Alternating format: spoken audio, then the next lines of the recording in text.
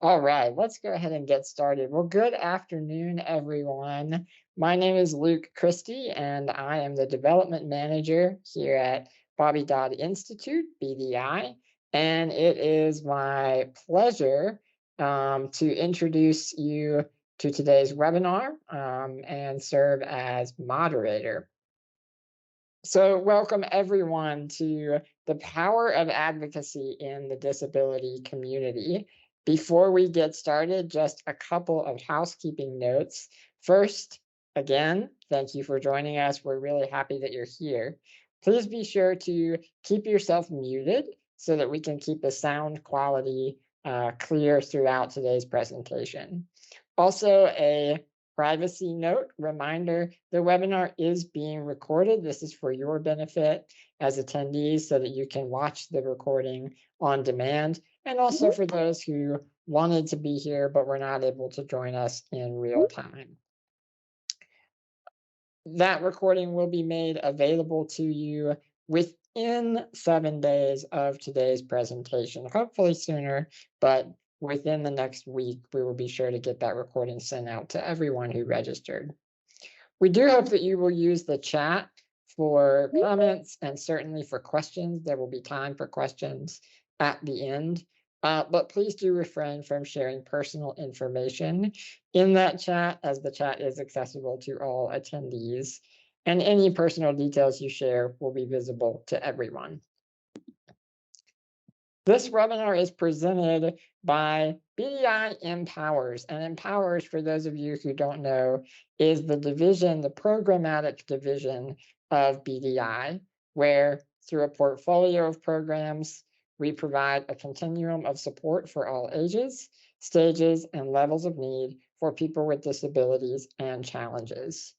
And our comprehensive suite of programs include programs that address behavioral health, family support, benefits navigation, work incentives planning and assistance, a host of job and career services, and our Georgia Community Trust. So without further ado, I'm delighted to introduce today's speakers, our own Anna Maki, who is Director of Program Services here at BDI, and our very special guest, Wendy Dean, who is a disability advocate with the Georgia Advocacy Office. Anna, take it away. Hi, everyone. Thank you so much for coming out today. I'm very excited about our opportunity this afternoon because this is a showcase of collaboration within our community. So, BDI has had a history of working together with the Georgia Advocacy Office, and Wendy and I have had the opportunity to collaborate on some projects and whatnot. And I was just sharing with her before the call started. I'm like, Georgia Advocacy Office is one of the best kept secrets in the state of Georgia. So I'm thrilled, first of all, to be able to partner with Wendy today on this and to be part of that global relationship between BDI and Georgia Advocacy Office. Many of y'all know me from working with a lot of the issues within benefits administration here. So just to recap, what we do in benefits navigation is that two-headed monster of first acquiring benefits and secondly, helping you protect those benefits. That's that work incentive planning assistance program. And I think that's going to be a program that we're going to talk a little bit more in detail about today because it does correlate to a lot of the advocacy activities within GAO. So thank you again for coming today. And I'm just delighted to introduce Wendy. So Wendy, thank you for coming today. Thank you, Anna. I'm so excited to be collaborating with you. I'm excited to be collaborating with BDI, for GAO to be collaborating with BDI, but it's always very exciting to get to do anything alongside you. I'm always very honored. So this is an exciting time, and I'm excited to talk about Georgia Advocacy Office and what we do at GAO.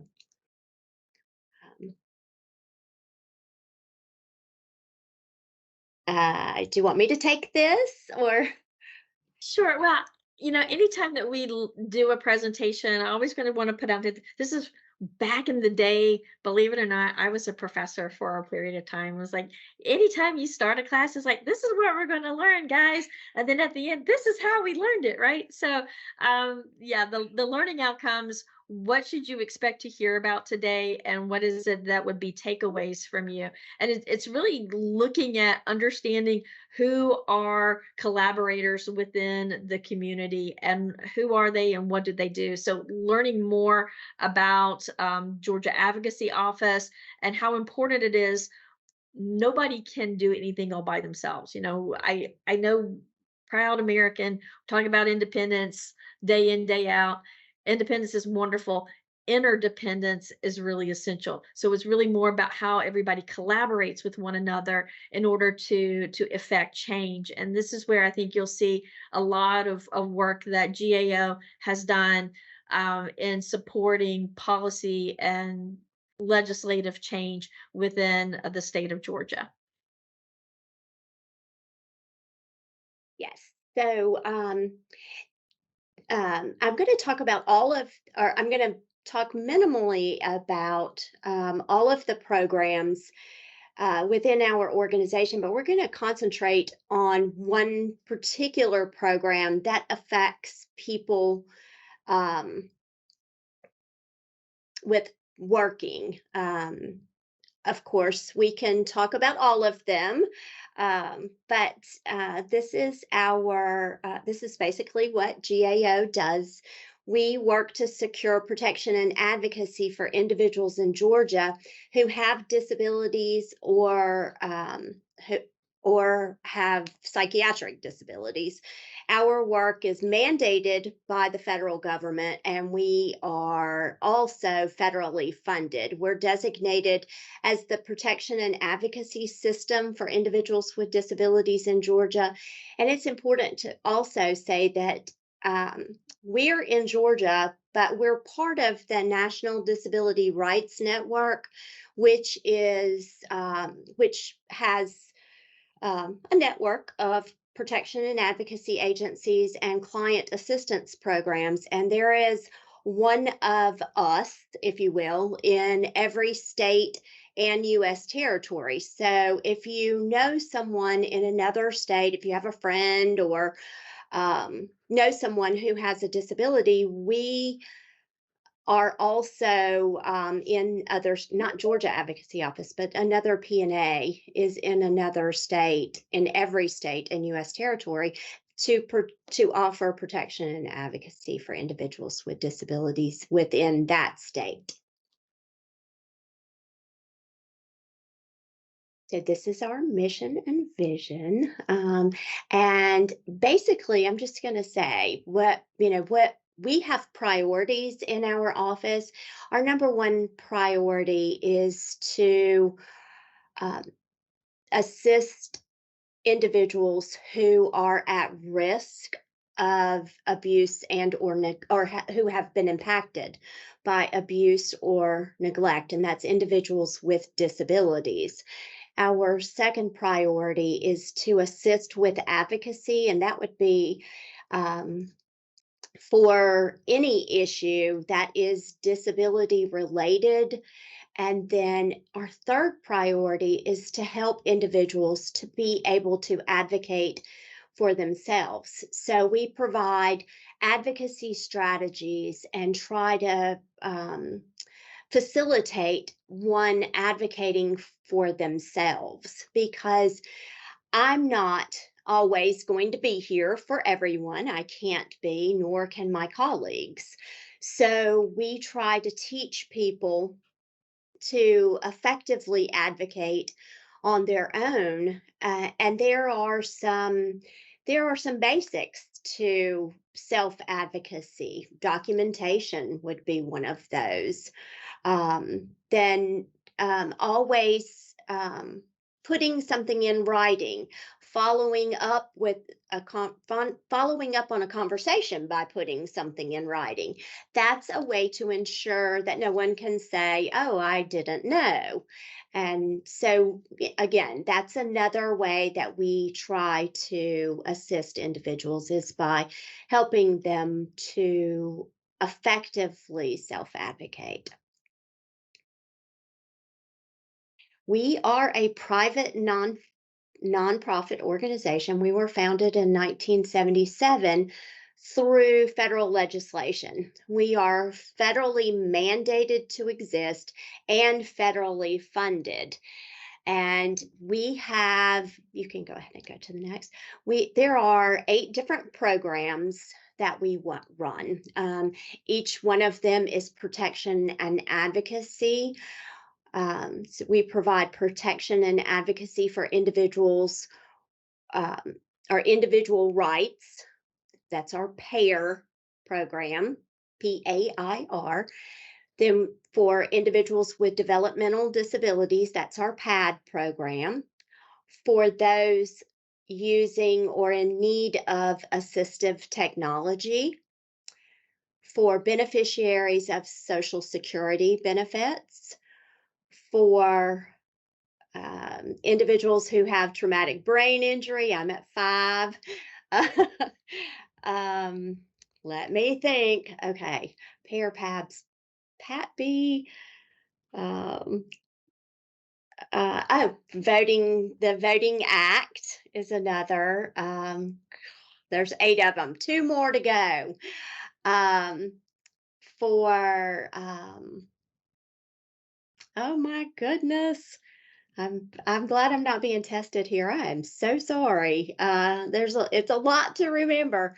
Um, my goodness, I have to think about all the programs that my team does. I work on the payer team, so let me think about that because I'm sure I'm missing something there. We do on my team. We do protection and advocacy for individual rights, for assistive technology, for traumatic brain injury, for voting rights, and individual rights. I did get all of those. Then um, we also have a program whereby we um, do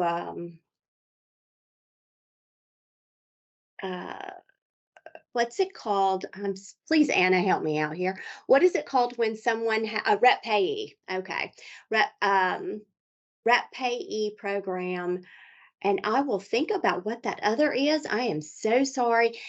Essentially, what's important to know is that if there is a disability related advocacy need, you may contact Georgia Advocacy Office. We are here to help with any disability related advocacy need.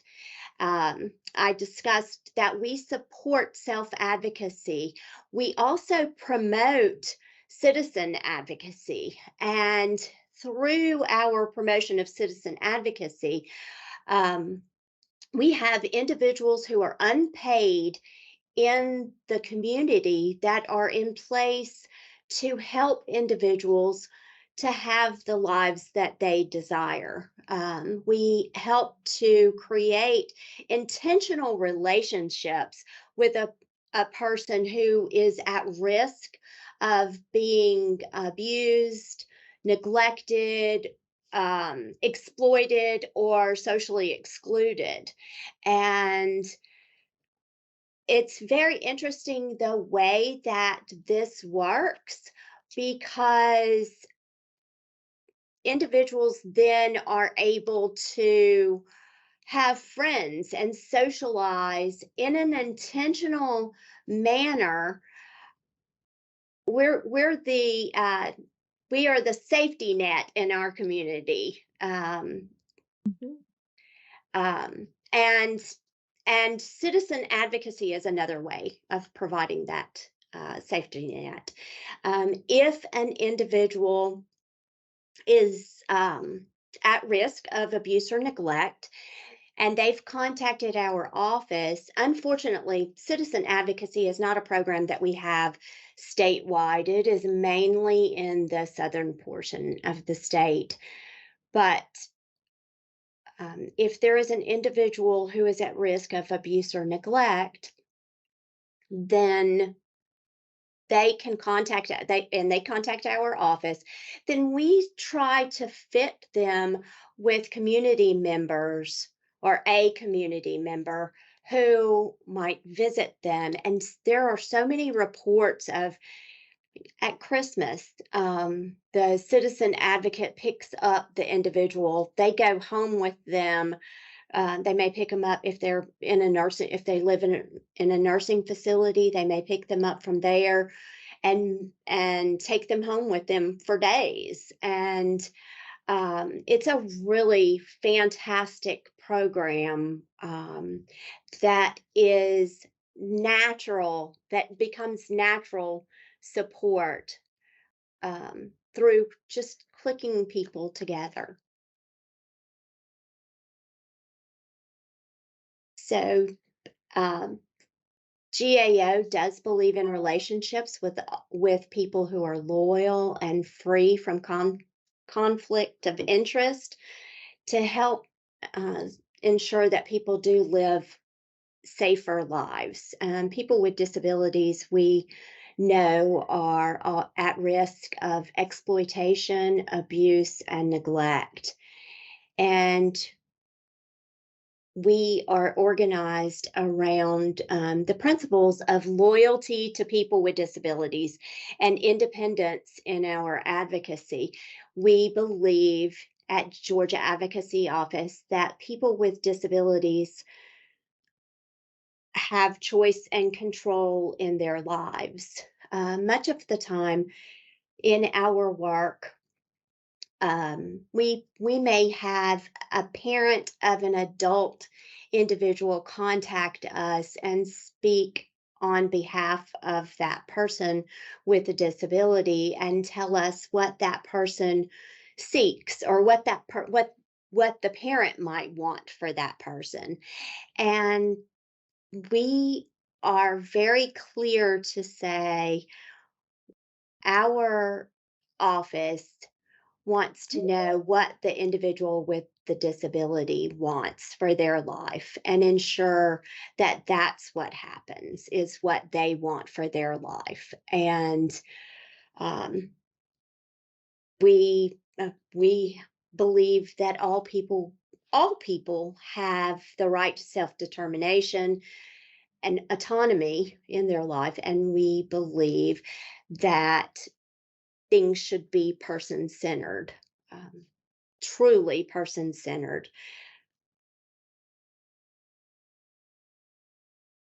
Ways that we help through systems advocacy, which would be systemic. If there is an issue where people with disabilities go or are congregated, and there we begin to get calls that there is an issue if we're doing individual advocacy, in fact, and it seems that people with disabilities in a particular area or based on a particular need, that their needs are not being met in a particular area, or it could be a location, it could be a particular service or support, then we may begin flagging those individuals as in need of systemic advocacy to make change across our state, larger change across our state that's going to impact a greater number of people. We talked about citizen advocacy. Another thing that we do is outreach.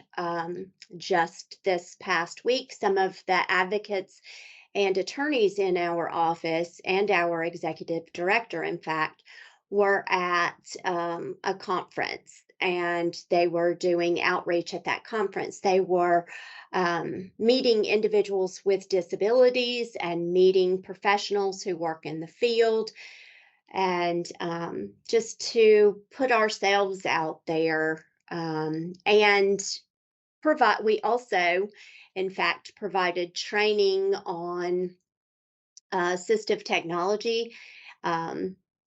In fact, on AI,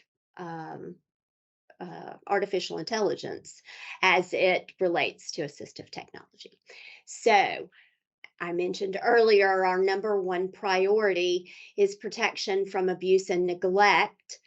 Number two is community-based services, and that would be advocacy in the community. We also provide assistive technology help, as I just mentioned, for individuals using or in need of assistive technology. If one needs assistive technology, they can reach out to our office and we can help them to look at ways to get those types of things. I mentioned that I was going to talk a great deal about one of our particular programs, and that would be our PABSS program, whereby we provide protection and advocacy for beneficiaries of assistive technology. I'm sorry, of Social Security benefits. And much of the time, uh, when someone has those particular benefits, they might already be working. And yeah, if we could stay here. And in working with them, if they're if they let's say they contact us about needing a reasonable accommodation on the job, and we might assist them with advocacy to acquire a reasonable accommodation. And then in working with them, we may find out that they need some sort of assistive technology that would help them on the job to complete a particular task that they may not do so well, or that they may not be able to do at all because they don't have the appropriate technology, or maybe they don't know how to use the technology that they have. A great example is the built-in um, technology that we have on our computers that allows us to speak, and it automatically convert to text.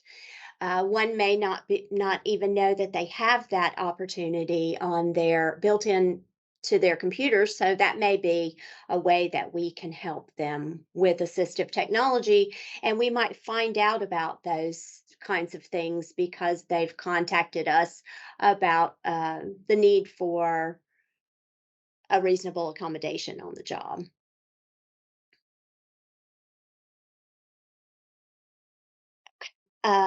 Oftentimes, individuals contact our PAIR team, Protection and Advocacy for Individual Rights, in need of housing options. For individuals who reside in nursing facilities, that is the number one issue for leaving, is having housing and then support in the community. So oftentimes through once a month course that my colleague conducts, we provide information about housing options and how to do housing searches across the state of Georgia. We provide support and mentoring to people living with disabilities in the community to develop and practice self-advocacy skills, as we discussed. We also provide training and technical assistance regarding voting rights. This is a big upcoming year with the upcoming elections, and you will hopefully see our office doing a great deal of training on accessibility and of voting locations, and on the assistive technology that is available to individuals who may require assistance when voting.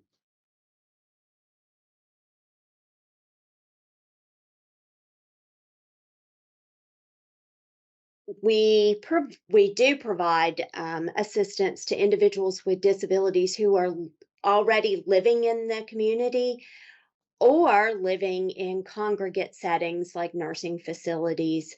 to access services and support, including Medicaid waivers, to maintain their life in the community and have the support that they need for community living.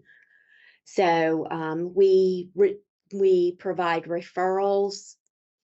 Although this is in those congregate settings, we provide referrals to Money Follows the Person for those living in congregate settings. We provide referrals for all of the waivers for individuals living in the community as well, and assist through that process, including with denials of waiver services.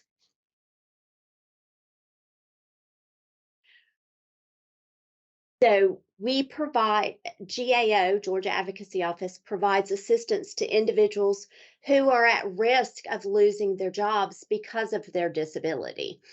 Oftentimes, or far too often, in fact, individuals with disabilities may be at risk for losing their job because they cannot complete a task that is required without a reasonable accommodation. But the law says that they have to be able to meet the obligations of the job requirements with or without accommodations. So um, if one is at risk of losing their job, they can contact our office and we'll help to advocate alongside them if in fact they can do their own advocacy. We'll be right there with them to help them to navigate that. I get, you can see that if someone is not able to advocate on their own, we'll do that on their behalf. But part of what Georgia Advocacy Office wants to do is to help individuals learn to advocate for themselves. And it's one of my favorite things to do. I love advocating for other people. In fact, I often say I'm a fantastic advocate for others. I'm not as great for myself, I'm embarrassed to say, but oftentimes that's how it works. There is a young woman with whom I've been working in particular who is incredible. If I direct her to do something, send an email, put something in writing. She is fantastic about using Chat GPT to assist her with her emails. She uses that particular artificial intelligence as assistive technology because she's not as confident in her email writing. So she does that with regard to school and work and whatever the issue is, to effectively advocate for herself. So she's a dynamic success story to me, and I thoroughly enjoy working with her. So as I said, GAO has the PABSS program, which is Protection and Advocacy for Beneficiaries of Social Security, and that is puts primarily a focus on the protection of beneficiaries' rights to obtain, maintain, and retain employment. And I'm going to jump in at this point because I think, again, this is a wonderful opportunity to showcase the wide range of advocacy work that you do. And I wanted to hone in on the Social Security program relationship because this is where we tend to have some common stomping ground. It's like every state has an agency designated as their PAPS. This is their protector. Everybody should have a protector, helping promote advocacy rights for Social Security beneficiaries if they are having any issues related to employment. It's kind of like we all are familiar with the EEOC, and this is like leveling up EEOC because you have a targeted program that is earmarked for individuals who are Social Security beneficiaries with developmental or intellectual disabilities or other disabling conditions, when their work situation is compromised, to get some added support. And I think we can all agree having allies is essential. I think all of us have been in that situation where you feel a little bit like David and Goliath. You're going up against the big system, and so I look at GAO as that safety net. Like having somebody in your corner, having that safety net that is systemic, does such a wonderful job of just adding to that mission. So I think it's interesting to see all of this work. You can see some overlap, but I like to look at GAO really spearheading PAPS, whereas BDI is supporting WIPA. So the Work Incentive Planning and Assistance, this is a special program. It's actually a contract through Social Security. It runs every 5 years. So we have are relatively new WIPA providers. Historically in Georgia, GVRA was a WIPA provider. Shepherd Center has, since the inception of the program more than 20 years ago, Shepherd Center had always managed that program. And then with this last contract, the Shepherd Center stepped out, and so did Voc Rehab. So we have three providers in the state of Georgia that's addressing work incentive planning and assistance. It's all done by county line. But it's really a great program, and it's one of those best kept secrets. It's like, if you are a Social Security beneficiary and you are working, you need to have a benefits counselor. It really is that simple, because it's very easy, and this why I'm having the webinar next week on Social Security overpayments. It's very easy to get in a situation where there's a misunderstanding with regard to the rules, or a failure to report timely, or what have you. So having a benefits counselor, again, having an ally through that process, can be very, very critical. So one of the differences here is GAO is the statewide provider for PAPS, whereas BDI supports WIPA for only 54 counties in Georgia, because there's three providers. So you have to go through the Ticket to Work helpline to get a referral to a benefits counselor for WIPA. And if you're in one of our 54 counties, then BDI would be providing those work incentive supports to you. But I love this illustration because it represents community collaboration, that even though we may not have direct day-to-day interrelations between PAPS and WIPA, I think it's very helpful for everybody to know that there are these more global functions regarding advocacy representation that GAO was fulfilling and BDI is also fulfilling.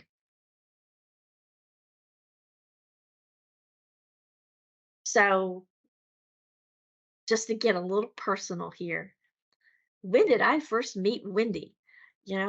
Wendy and I first met really through all the interactions between BDI and Georgia Advocacy Office. And one of the things that happened, this was just a couple of years ago, when BDI became a WIPA provider, that opened the door for BDI to be able to engage at a higher level with some of this collaborative decision making and planning and legislative policy review.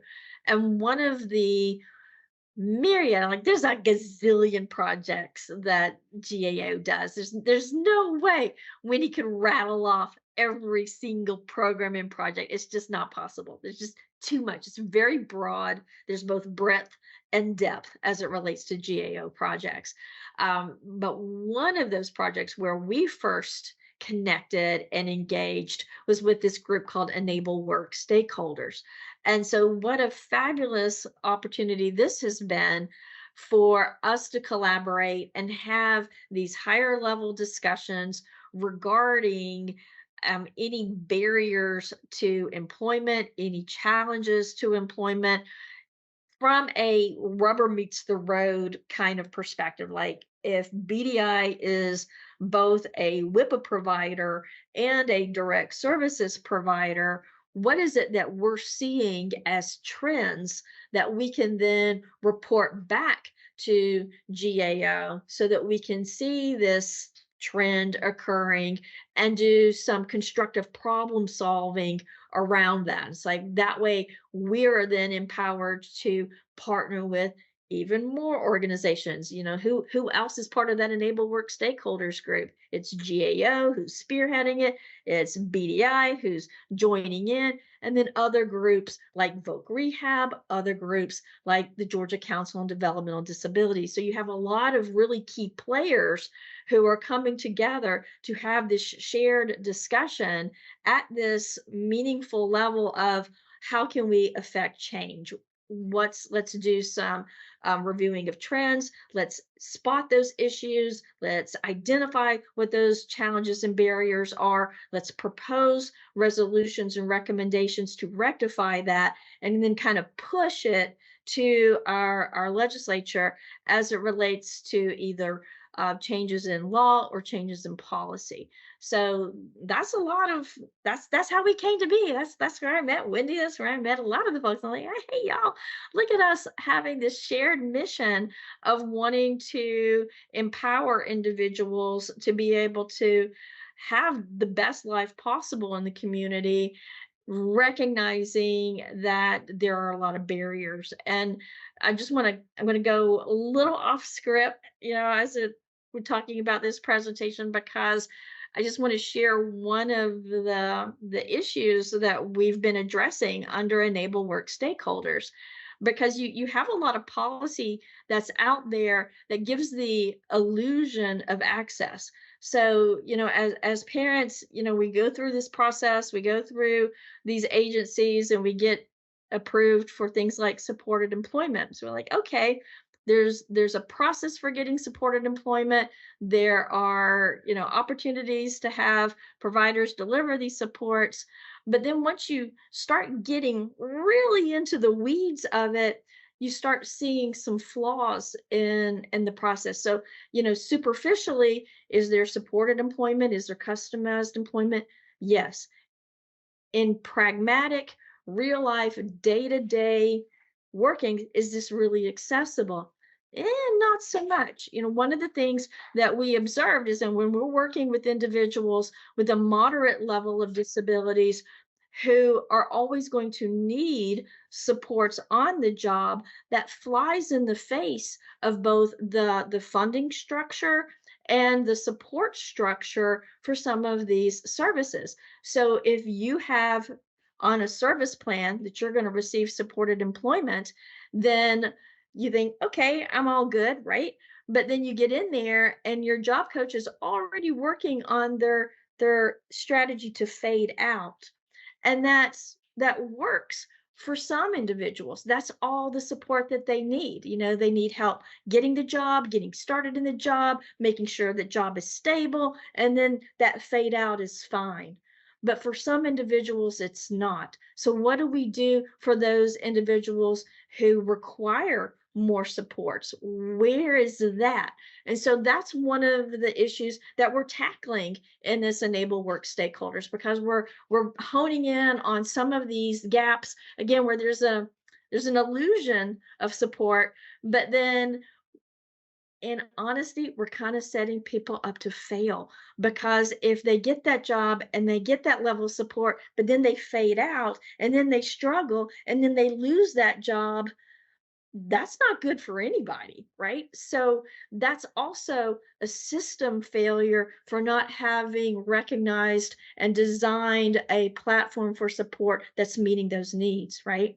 So I wanted to call that out. And I know that's not anywhere on the slide or anything that we were really going to hone in on, but I just think it's such a perfect illustration of real world advocacy that can't be resolved by one agency alone. It's not something that BDI can fix. It's not something even that GAO is going to be able to fix. It's we all have to work together, including having voices of individuals who are directly impacted in this so that we can make that systemic change happen. So I just wanted to provide that as a wonderful illustration, to showcase that's the kind of work that happens behind the scenes.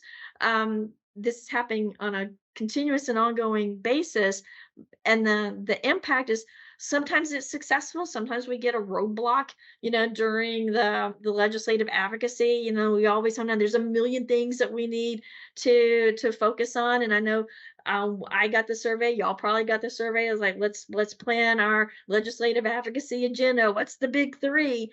And so sometimes, it takes a while to get that level of meaningful change happening. But I think it's important for you to know first that these conversations are happening, and secondly to look to opportunities to get involved. How can you partner with BDI and GAO? I love the citizen advocacy project. I love all these projects that create an avenue, create an opportunity for an individual's voice to be heard. And so I think that's one of the big takeaways from this session, is knowing that GAO does have this broad range of opportunities to get involved. And I think that's really what we want, is we want a dynamic, collaborative advocacy force. All right. Well, on that note, I want to say thank you to both Wendy and Anna for presenting and for sharing their experience and knowledge with us. We want to open it up for questions now. I'm going to stop my screen share so that you can see the presenters.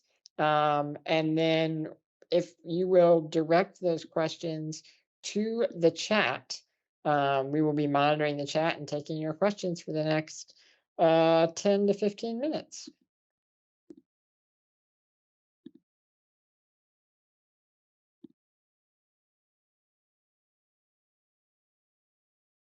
So this is a question targeting BDI. Does BDI help every disability in Georgia, no matter what county you live in? That's a really great question, and it depends on what service. So BDI has a lot of different programs and a lot of different services, some which are constrained by county. Like you look at family support services, we only serve 5 out of the 159 counties in Georgia. The benefits navigation serves all counties. The WIPA program serves 54 counties. GAO, I think, is a little more broad. I think when GAO, it is Georgia Advocacy Office, not the CAB Advocacy Office, or it's like the very nature of their work is statewide. Is that correct, Wendy? That is correct. We are a statewide advocacy, protection and advocacy agency. Yes. So I'm going to hijack again the conversation. Wendy, I just want to ask, what is the best way for our families to get involved? I have a number of families who like their stories are compelling. They have issues that's like, we know they're not the only ones, suffering. It's like, where's the platform? What is the best way for them to be able to connect with GAO to help get some traction with advocacy, and to be able to share their story? That's a great question, Anna. The the best way to contact us is either by email, or I say by phone. Mhm. By phone, they're going to, when one calls our office at 404 885-1234. Again, 404-885-1234. They are going to reach one of the two women who take all of our calls. Their next, thank you for putting that in the chat. Their next contact within GAO is a resource advocate. Both of our resource advocates are attorneys. If the issue can be resolved with the resource advocates, then the resource advocate is going to provide the individual with information and referral and going to close a service request right then. If there is a need for more advocacy assistance, whatever that may be, either with supporting the person to advocate on behalf of themselves, or if they're in need of deeper advocacy, then they are going to go to one of our what we refer to as teams. And the team to which they're going to go is going to be dependent on their need. And so, if they have a need, um, if it's a child and they have a need with regard to a developmental disability, they're going to go to one team. If they have a disability that is related to a mental health concern, they're going to go to another team. And if it's something outside of those two issues, then they're going to come to another team. And they will either then have an attorney or an advocate, typically an advocate, working on their behalf. And our advocates have uh, 20 plus years experience within our office. So individually, not collectively. I would say more than 100 years collectively. So, and many of the individuals in our office have disabilities themselves and or have children with disabilities. Uh, One does not typically come about this work without having something personal to bring them into this type of work, which is Very true. great because Right. then one has a heart for it and an understanding not only of how to navigate those systems, but also an understanding of the empathy that's needed, because that portion is very important also, um, as you guys well know. Right. Wendy, there's another question about how y'all assist families with filling out online Medicaid waiver applications. Um, yes, we can assist with that. We can assist with we can certainly assist with a Medicaid waiver application, and depending on the issue, we could assist with we could assist with a job application. If the individual is having difficulty applying for anything based on their disability, we can help with that. So, absolutely, with a Medicaid waiver application, and then on a case by case basis with other applications as well. That's a What great other question. That's a great question. What Mhm. other questions do y'all have? Y'all have Wendy here. This is a great opportunity. I'm old hat. I'm always on these calls, but Wendy's new.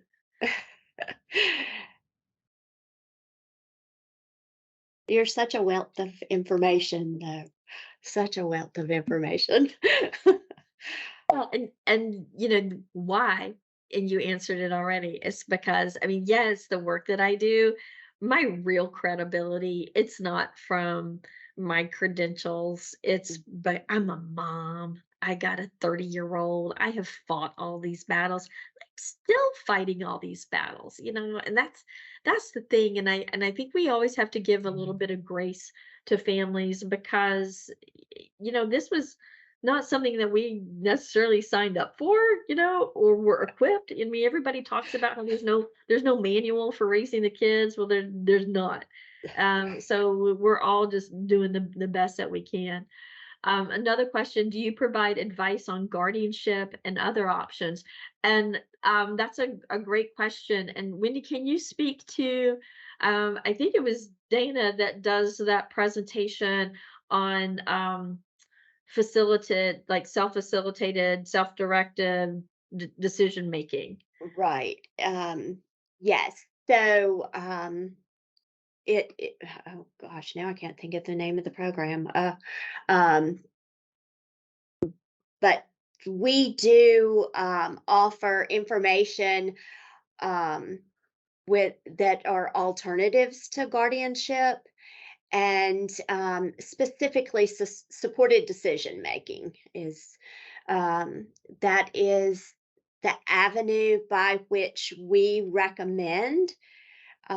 We don't do a lot of recommendations in our office because we believe that people have choice and control in their life. But with guardianship, that choice and control is being taken away from the individual. They don't have the opportunity to make their own decisions. Someone else is making those decisions for them. So we can assist with other options.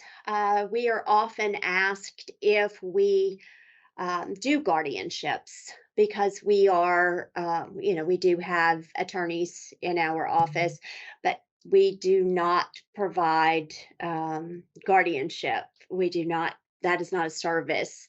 Um, taking someone's rights away from them. Yes, if you need assistance, you may contact us at that number. You may also reach out to me. I'm going to put my email address in the chat box.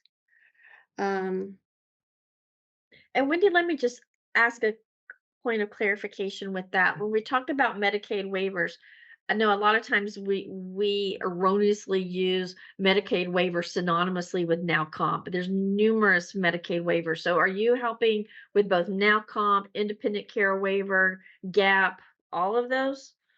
so our office can help with all of those. Um, if an individual has um, a developmental disability, which is it's not defined uh, statewide the way that it's defined nationally. So when I say an individual with a developmental disability, I am typically speaking of children on a statewide basis because um, uh, state agencies don't necessarily, they do not use the same definition as federal definition of developmental disability. So for now comp, that is not something that I would typically work on because that is typically for younger folks. But it could possibly be something that I would do. But in our office, that is something that we can assist with. Absolutely, unequivocally. And Okay, so right on the heels of that, can you help me, yeah. Katie Beckett? And just to clarify for folks, so Katie Beckett is a deeming waiver. And so what that is this is access to Medicaid. So it's not a waiver like some of the other waiver programs are because those are generally focused on services. Katie Beckett is access to Medicaid. If you have a loved one who is a minor and they're not eligible for straight Medicaid through SSI because of the family's income, there's a separate program called the deeming waiver that allows you to waive the parental income because the disabling conditions are serious enough to warrant access to Medicaid. So, with that being said, does GAO help support individuals in completing deeming waiver applications? So I on all of the or on that one, I would say it depends. And Kim, I would suggest that if you are seeking assistance with that, or if you know someone who is, please have them email me, or I'll give you my mobile number also because I use it. Uh, I love Wendy. Look how open and responsive she is. Like, I'll give you my cell number. I'll give you my address. Come visit me. You're so fantastic. I appreciate you so much taking the time today to go over all of these issues because, I think you understand the challenge that our families are facing. And you mentioned the word empathy before, and you exude empathy. I mean, it just comes out. It's like everybody on this call is going to leave this call knowing Wendy Dean cares about you and that she's going to work hard to try to figure out whatever kind of tangled up situation, because it is. We get in tangled up situations. It's a complex process, and that's just kind of how it rolls. And we need those supports and allies. So thank you so much for that.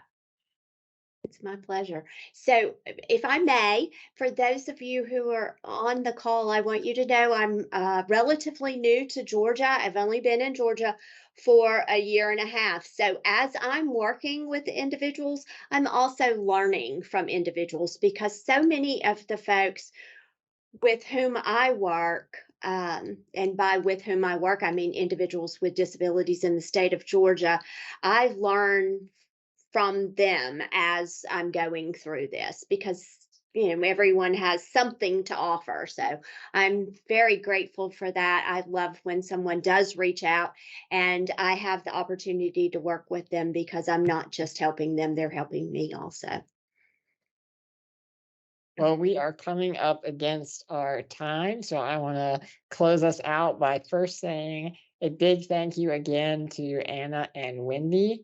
I also want to remind everybody that the recording for this webinar will be shared out to those who were registered, everybody, whether you were here or not. And just a couple of things to leave you with. First, we would love your feedback on this webinar and on the others in the series. Hopefully you've had a chance to attend some of the others. And the best way to get in touch about that is by emailing empowers@bobbydodd.org. And speaking of others in the series, we have some more coming up. So we hope that you will mark your calendars and take note. Those of you who joined a little bit early actually heard Anna chatting excitedly about the special webinar on October 3rd, in which she'll be talking about how to handle the dreaded SSI and SSDI overpayments. And then you can see we also have some other sessions throughout October.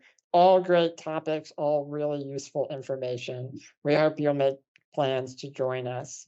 And we hope you'll keep up with everything that Bobby Dodd Institute is doing programmatically, on the advocacy side, out in the community. We are everywhere. Follow us on social media, check out our website, and keep in touch. Thank you again for joining us. Thank you. Thank you, guys.